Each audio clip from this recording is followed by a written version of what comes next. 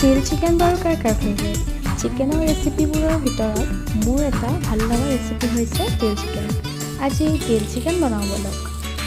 লাহি দুটি উঠেৰে কথা কলাহিয়াৰে নিবিল মন মোৰ হ'ল উতলা।